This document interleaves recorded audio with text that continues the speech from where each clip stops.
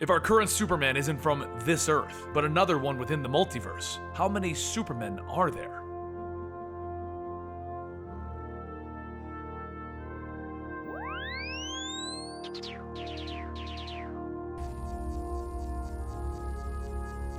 Welcome to the Complete Story Series, where we here at Comicstorian break down your favorite Western comic books into digestible bites, only giving you the meaty bits, and then we read it back to you dramatically, adding in different voices, music, and sometimes sound effects. All alterations to the panels, text, and images are to prevent copyright problems, and these videos should be used as a recap to get you caught up so that you can buy your next comic books. We've been following the storyline of Superman within the Rebirth storyline. This Superman is not from this Earth. The actual New 52 Superman died a while ago, but I'm not going to go too far into that storyline.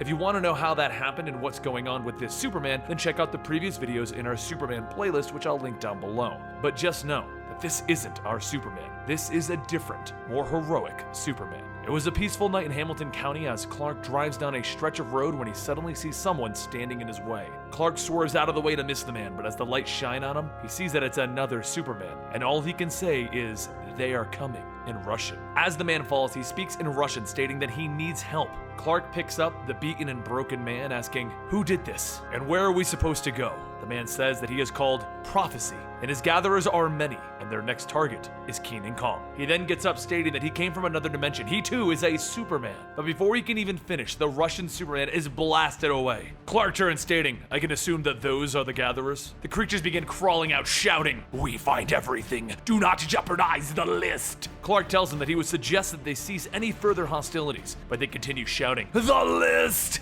They then point to the Russian Superman, stating that he is on the list, and another on the continent of Asia, but him not on the list. Clark asks what happens if you are on this list, and they state that those on the list are to be processed and consumed. Clark punches one of the gatherers down, stating, "The only one around here who makes lists is Santa Claus." Russian Superman asks if they should fight until there is none standing, and Clark tells him that sounds like a plan. The gatherers begin to blast away at the two Supermen, but through it, Clark slams his fist on the ground, ripping the earth out from underneath them. As more begin to show up and beat down on the two of them, Clark asks, "If you're a Superman, you have heat vision, right?" And the Russian Superman tells him yes. So Clark says, "Glad to hear it." And at the same time, both Supermen fire a heat blast, burning away at the remaining gatherers, but the Russian Superman says they're down, but they'll wake up again shortly. A bright light begins to shine, and out steps a counterpart to the Justice League. Clark looks around and states that someone better start explaining things, because I would really rather stop throwing punches around. The other Superman reaches out his hand. His name is Calvin Ellis, and he tells him that he's not sure if they've met before, but it seems that he is somewhat of an anomaly, and he assures him that they come in peace and bear him no ill will. The counterpart to Batman crushes down one of the gatherers' heads with his foot, and he says, "We're gonna need to make a concise and clear plan here, Mr. President. We're on a clock." President Superman, Calvin, says that they are the Justice League incarnate, and they are a squadron of super guardians who respond to cosmic-level forces that threaten the very multiverse. Clark says that he's a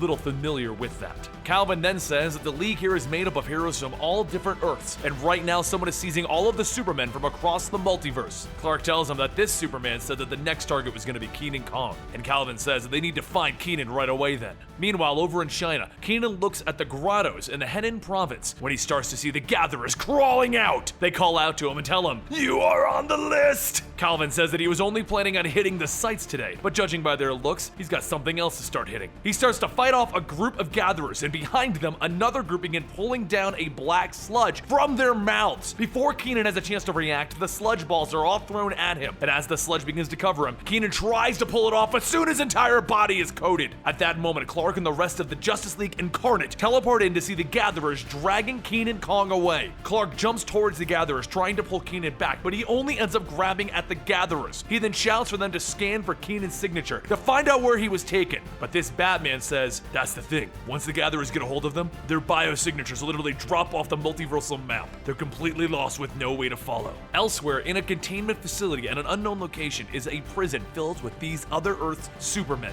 As one of them is pulled from his cell, he's placed into a tube and a light washes over him. And as the smoke clears, that Superman is drained of his powers. A short while later, over at the House of Heroes, Clark tells everyone that he just wants to get this straight. Currently, they're standing in a cosmic police precinct that exists in a place they they call bleed space that connects all of the other dimensions, and everyone here is an interdimensional cop who keeps law and order between all of these Earths. Aquawoman tells him that they do not get involved in the day-to-day aspects, and the Wonder Woman counterpart adds that they only focus on the bigger picture. Clark says that he understands that the Supermen and Superwomen of these worlds have been taken, which brings Calvin Ellis to his next question. Why weren't you and the other supers of your Earth abducted? But before they can figure it out, a report comes across telling them that the biosignatures of the Justice League of Assassins has been terminated. Clark says that they need to hurry and find as many of these other Supermen as possible. And over on Earth 13, Clark is wrestling with a demon Superman who speaks in rhyme, stating that they are not here to hurt him. As Clark chokes him out, Ragman the Mummy tells him that they are not about to let him kidnap their super demon without a fight. Clark looks around and sees the bindings start to ramp around him, and the demon Superman says that this puts him in a mood of yearning for something to be burning. The demon Superman covers the bindings in fire, and through the flames, Clark reaches out telling him,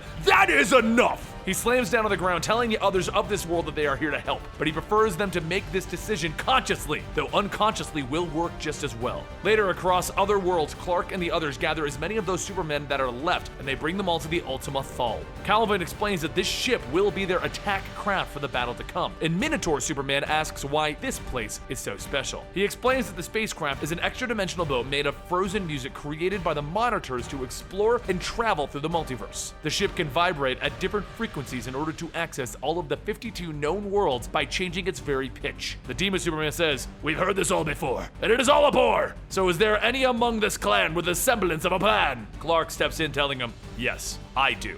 We lose. A short while later, the other Supermen tell Clark that this plan is insane, and Clark tells them, everyone did agree on that one. The goal will be to move the Ultima Thule into a place where Prophecy can take them as a whole. Once Prophecy comes to abduct them, all of the supers will be teleported back to the House of Heroes, and he will stay behind. As the warning of Prophecy's presence is closing in on them, Calvin says that he should have some of them stay, but Clark tells him no. This is a one-man job. And as Clark steps out to face Prophecy one-on-one, he tells Lois and John he loves them, and he leaves. Outside, Prophecy begins to shout, "What happened to the signatures that I was zeroing in on? What happened to the Supermen that were here? And who are you?" Clark looks at him and he tells him, "I am Superman." Prophecy grabs and contains Clark, asking him, "You claim to be Superman? Though you possess the power that I seek, and you do indeed look like one, according to my data, you are nothing but an anomaly. Either way, I have drained your powers all the same, even though you are not on the list." Clark shouts, asking him, "What are you doing? All of these people keep their world safe from..." And Prophecy stops him. "You are so delusional and foolish. You know not of the coming storm. All worlds will be tossed and torn. Doom is coming for all, and only when I am at full power with each and every Superman and Superwoman will I be able to stop what is coming from destroying my worlds." Clark asks, "What about the other planets?" And Prophecy tells him, "I will consider them after my planet is saved." The Ultima Thule begins to play music, and Prophecy says that he scanned that ship. There are no other threats within its hull, so there is no need for it. And then he blasts the ship apart, throwing Clark down into a pit with all of the other drained Supermen, and he tells him that they can listen to the ship's music while they dig their graves. Meanwhile, back at the House of Heroes, Ray, the Flash of Earth 36, asks what everyone is doing back. The demon Superman tells him that the other Superman said that he would go and act as bait for all of them to sit and wait.